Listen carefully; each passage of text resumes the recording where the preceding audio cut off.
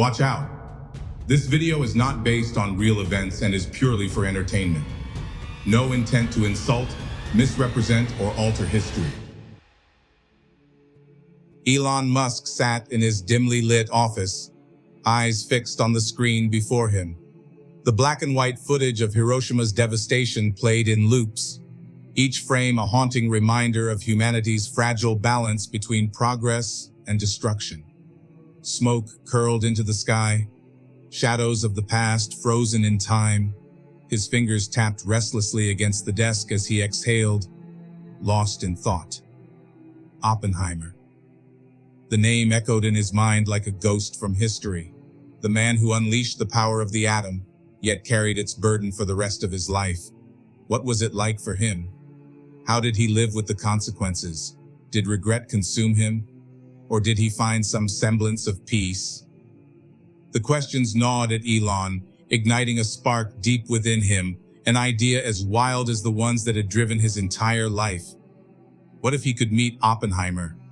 Not in books, not in secondhand accounts, but in person. Time travel. The journey began.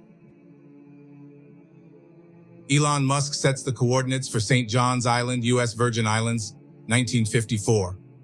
Oppenheimer's refuge.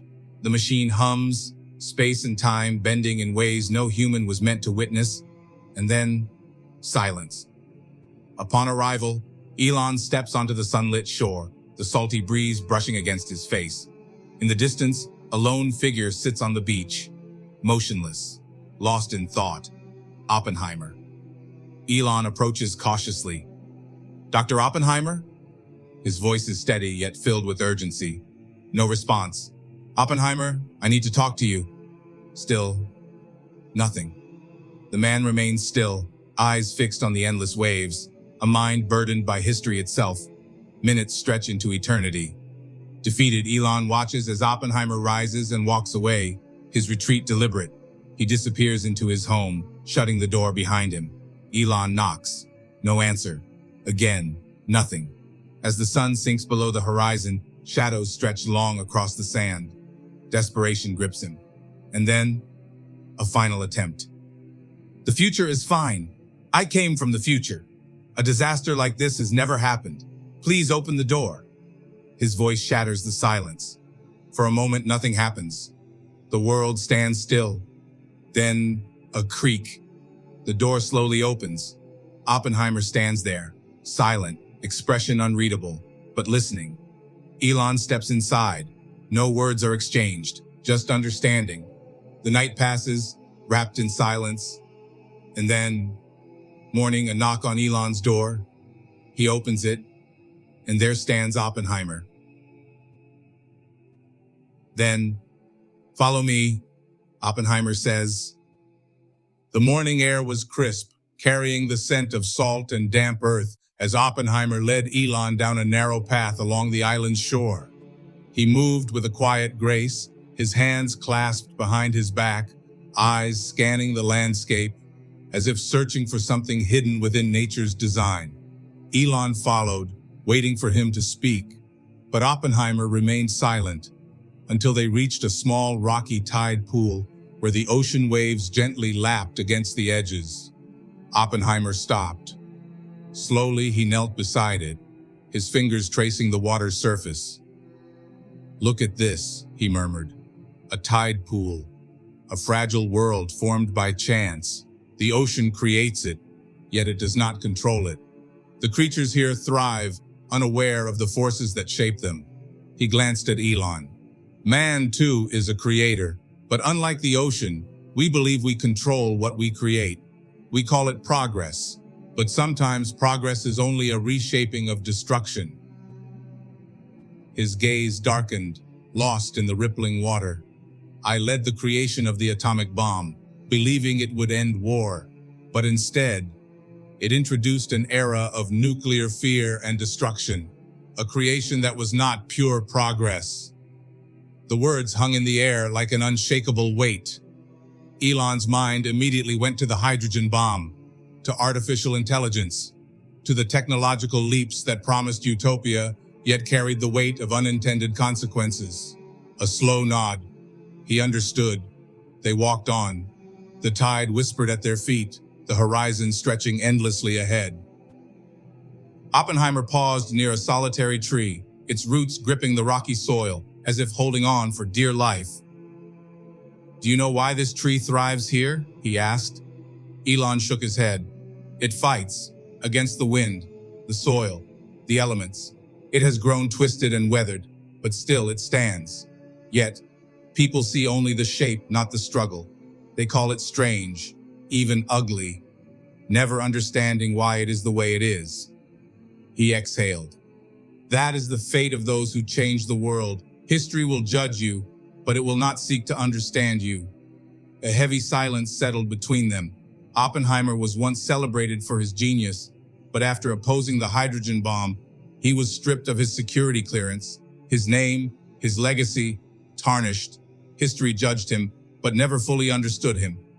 Elon thought of the critics, the skeptics, those who mocked him before his rockets landed upright, before Tesla became a household name. He had always believed that true visionaries walked alone. Oppenheimer's words confirmed it. They walked further, deeper into the heart of the island. Ahead of them, a patch of land bore the scars of an old wildfire, charred wood, blackened earth, but among the ashes, small green shoots emerged. "Fire," Oppenheimer said simply. "It destroys, but it also nourishes. The old burns away, making room for the new. The question is, do you light the fire, or do you try to stop it?" He turned to Elon, his gaze unwavering. "The things you build, the ideas you spread, they will outlive you. Whether they heal or destroy, that is a choice you must make before they leave your hands." Oppenheimer's work on the atomic bomb reshaped history.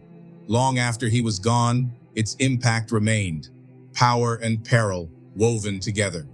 Elon let the words settle, the weight of them pressing deep. They continued walking. They reached a cliffside where the waves crashed violently against the rocks below. Oppenheimer stood still, watching the relentless assault of water against stone. "People think war is fought with bombs, armies, destruction," he said. "But the greatest battles, they are fought in the mind. The choices you make when no one is watching. The regrets you carry. The nightmares that haunt you." He finally turned to face Elon. "It is not the battlefield that breaks a man. It is what comes after." A cold wind swept across the cliff's edge. Oppenheimer's true battle was not in Los Alamos, but within himself, haunted by the moral weight of the bomb, long after the war had ended. Elon felt it. The war Oppenheimer fought did not end when the bomb was dropped. It had only just begun.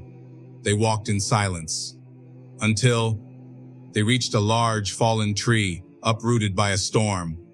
Oppenheimer stopped, one last time. "Nature does not care for pride," Oppenheimer said, tapping the massive trunk.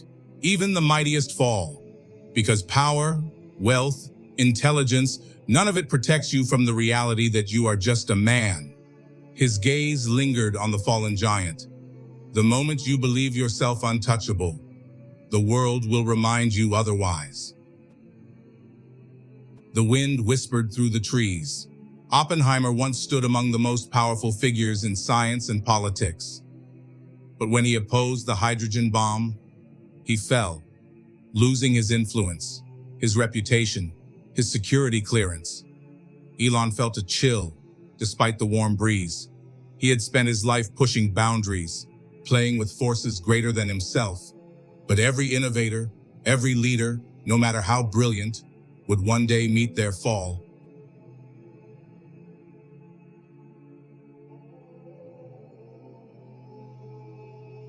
The time gate opens, a swirling vortex of light, signaling that it is time for Elon Musk to leave.